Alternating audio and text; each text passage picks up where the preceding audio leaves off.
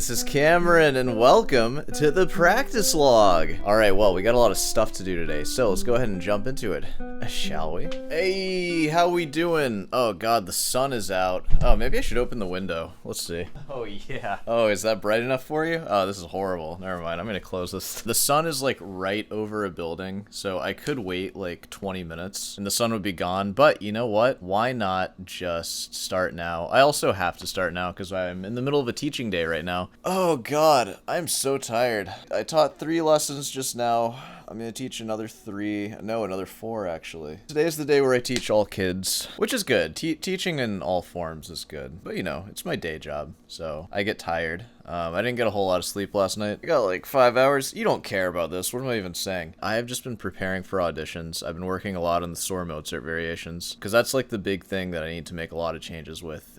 You especially know that if you watched my latest video featuring Brandon Aker.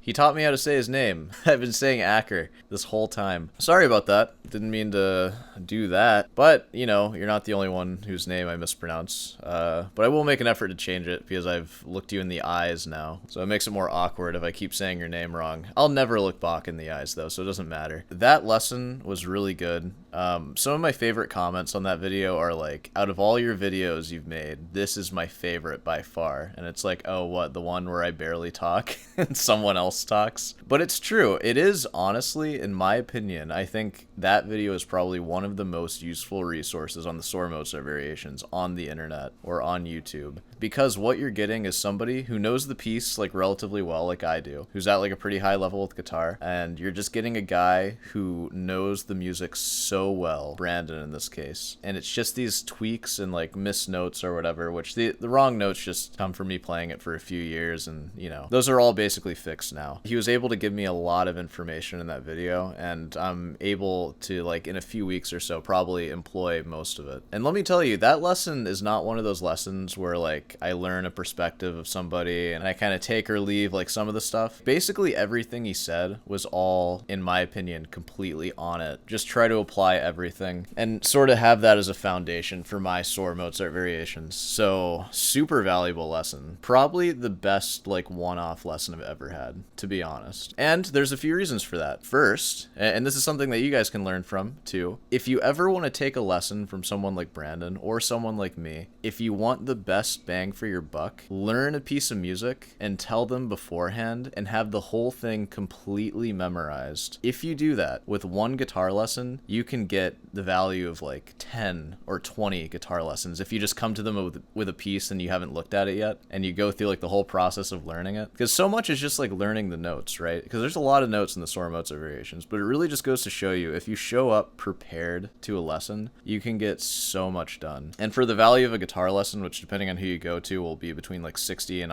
$120 or whatever, it's a great value because you can pretty much just have the one lesson where you like are told everything that's wrong with it and then you fix it, do another lesson in like 2 months just to like make sure, and then go even more nitty gritty. And like if you show up prepared, 2 lessons can get you like so far. So, you know, I think that's an interesting thing to take away from that video as well. Let me tell you, I am really excited to move on to new music after these auditions. I'm going to keep the Mozart variation in the works just to implement all this stuff. But let me tell you what I plan on doing with my time after these auditions. I sort of have recording goals, right? Like I recorded my fugue, and you know, you can say what you want about the fugue. I think it's a good, clean-ish recording. It's pretty clean. There's like a couple of spots that are a little dirty, but all in all, it's pretty clean. The interpretation is like a 5 out of 10. It is clearly interpreted by somebody who is in the first 5 years of them learning how to play the fugue. I will re-record that in like several years from now and after getting a master's degree, and it'll be much more nuanced. But what I gather when I hear that recording is that I do have the technical ability to play the fugue. The interpretive ideas, on the other hand, that is a lifetime of research, of schooling, and that is my journey trajectory right now as I see it. I want to have a very nuanced and detailed and educated interpretation of that fugue, and every fugue that I play, and every piece that I play in general. I have a lot of new music that I want to do, and I have a lot of plans for how I'm going to even approach this year of practice, because it's only like, you know, January 20th-ish right now. And since the new year started, like I've just been on a roll with these new good habits, like sort of gearing up for grad school, and also just, I think maybe just developing as a man and just sort of getting older and just sort of putting my nose down into the books, into the studying, and like, you know, just like not watching TV anymore. I'm like working out every day again, and also drinking less, like way less. My life feels like it's just sort of lining up into this balance, and if I can sustain it for like 20 or 30 years, I'm going to be quite the dinner party guest.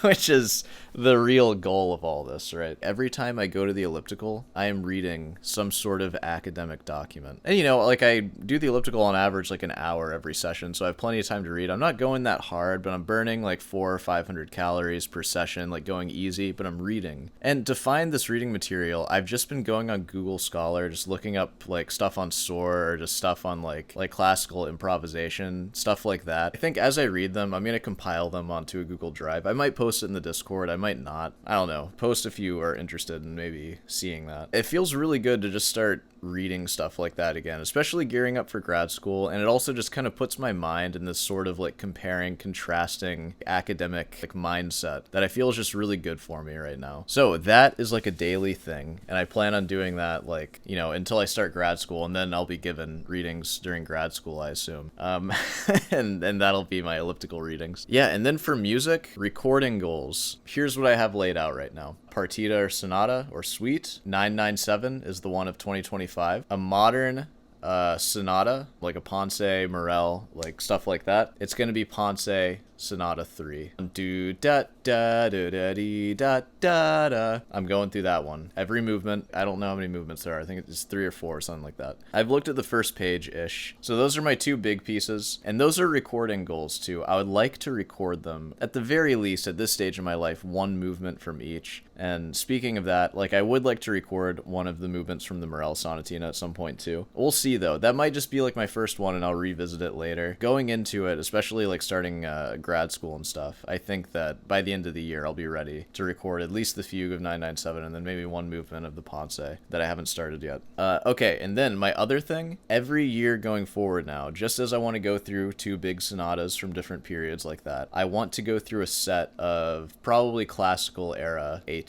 So Soar, he has like 5 sets of like 24 to 25-ish, and then a couple of them have 12. I'm going to start with Soar Opus 60, I think. And I want to get recordings of every single piece by the end of the year, and probably do most of my recording in like November and December. So up until now, until like November or December, I'm learning all 25 studies in Soar Opus 60. And I'm starting with that one because it's the easiest, and I think it'll be a good opportunity for me to focus on my tone production and my classical music analysis, because that's a huge thing that I've sort of been neglecting. And in that lesson with Brandon, I kind of realized like all the different times he said like, you're resolving these appoggiaturas wrong. Like I'm resolving strong on like the tonic and stuff like that. Like that's not good. That's a very like sophomoric amateur-y thing to do that I shouldn't be doing at this level. So, you know, I think going through Soar's easiest set of etudes first and interpreting them in a way that's like somewhat intelligent, and also like I'll make them my own too, and I'll probably be silly with like the first 7 or so just because they're so easy. Like, you know, you heard number 1. God, the sun's just in my eyes. I'll probably interpret it kind of silly, but still following like classical conventions. And, you know, at the same time also researching and like confirming like what even classical conventions are. And that's what I think like doing this research that I'm talking about on the elliptical will be really helpful for. Sort of, it'll be kind of like an early grad school refresher on a lot of stuff. And also just a way to expand my mind, because, you know, I feel like in 2024 it was just the year of just learning notes and screwing around, making jokes. I'm still gonna make a lot of really dumb videos, believe me. That hasn't left my system at all. But I'm starting to realize I need to get a little more academic, at least in my personal life. And that might seep into these videos, you know, so be it. Like these videos are always just things that I'm interested in, or me just like screwing around. Just like that's what this is going to be. That's what Sore Hands is. So we'll see what I end up doing. Yeah, so Soar Opus 60 recorded by the end of the year, and then next year I'll maybe move on to another Soar, maybe an Aquado, Carcassi Opus 60 or whatever. There's plenty of sets of classical etudes to learn to keep me busy throughout my 20s and 30s, I'm sure. By the time I exhaust those, like at least the popular ones, I'll have a lot of etudes under my belt and recorded. But yeah, that is the plan right now. It's a good mix of easy stuff, like really easy stuff sometimes, and then also like insanely hard stuff that I think will keep me pretty busy for a long time. Man, so that's the plan right now. Sound like a freaking plan to you? I mean, come on, guys. So, I mean, I think that pretty much covers everything. I don't know if I need to answer any questions right now. You know, I feel a little guilty. Feel as though I've been sort of neglecting the Sore Hands community that's been forming. I've been sort of absent on the Discord and like just not responding to the comments that much. And like, I'm not even answering a comment today. I'm sorry. I'll answer some in the podcast. And I know I haven't been filming the podcast as much, but I promise I will. It's just right now things are just so hectic with trying to get everything like worked out with grad school, getting everything ready. Like I'm really nervous to like not have everything super prepared. Yeah, and then also just like the gym routine and getting back into that. Like God, there's just not enough hours in the day. After all this stuff sort of goes away, I'd like to find some way to sort of get back in. Maybe it'll be through master classes, which I know there is an open mic already being hosted by Jay every Sunday in the Sore Hands Discord, which you should go check that out if you want to play in the open mic. I don't know, maybe I'll just start showing up to that. It's kind of nice having somebody else run it. I'll start coming to that eventually or something. It's just so busy right now. Rest assured, there's a lot of music to work on. A lot of stuff. I'm going to be showing that. I'm probably not going to practice now because I have a lesson coming up in like 20 minutes.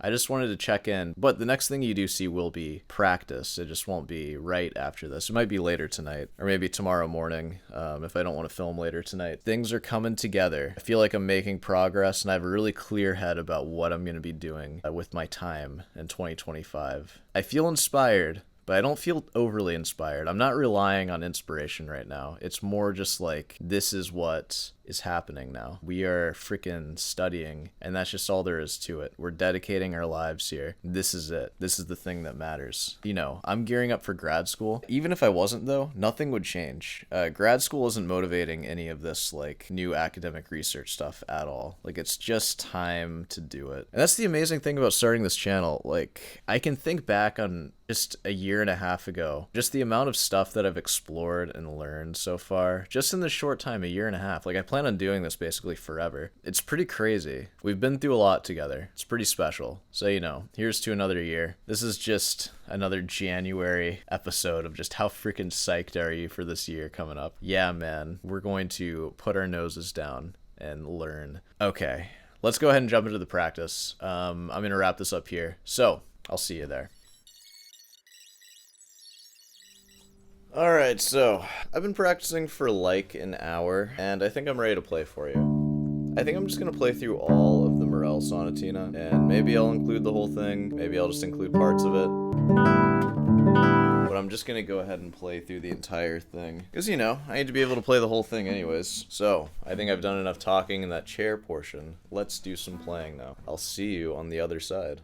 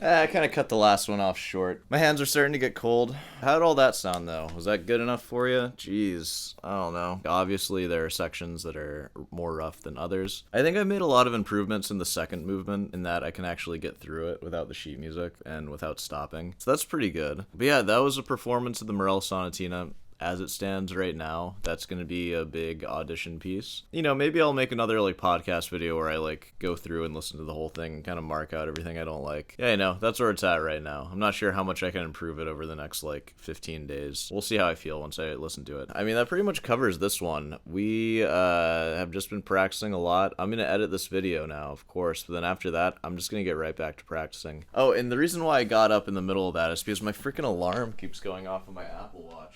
This is, like, really bad. I don't know where these alarms are set, because they're not on my phone. Like, are they on my watch? Yeah, like, who's setting these alarms? Alright, so this is the end of this one. Let's go ahead and wrap this thing up. Hey, well, you know, if you made it this far, be sure to subscribe, leave a like. Hey, want some guitar lessons? I offer guitar lessons. Teach you how to play classical guitar. Boom! Hey, want some merch? You want to wear your passion? Go head on down over to Rootin's Delight, pick yourself up some merch. Some honest merch. And of course, you know, feel free to leave comment questions. Go check out the podcast if you want to hear me answer your questions. I'm probably due to film one of those soon. It's been like 5 days since I uploaded. But yeah, cool. All right, well, I'll go ahead and let you go. I'll see you in the next one.